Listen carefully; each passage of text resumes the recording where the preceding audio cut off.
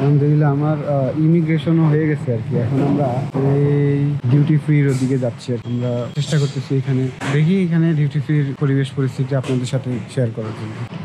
Duty free এই যে as usual যেরকম হয়ে থাকে আর কি সবার, এই আর কি।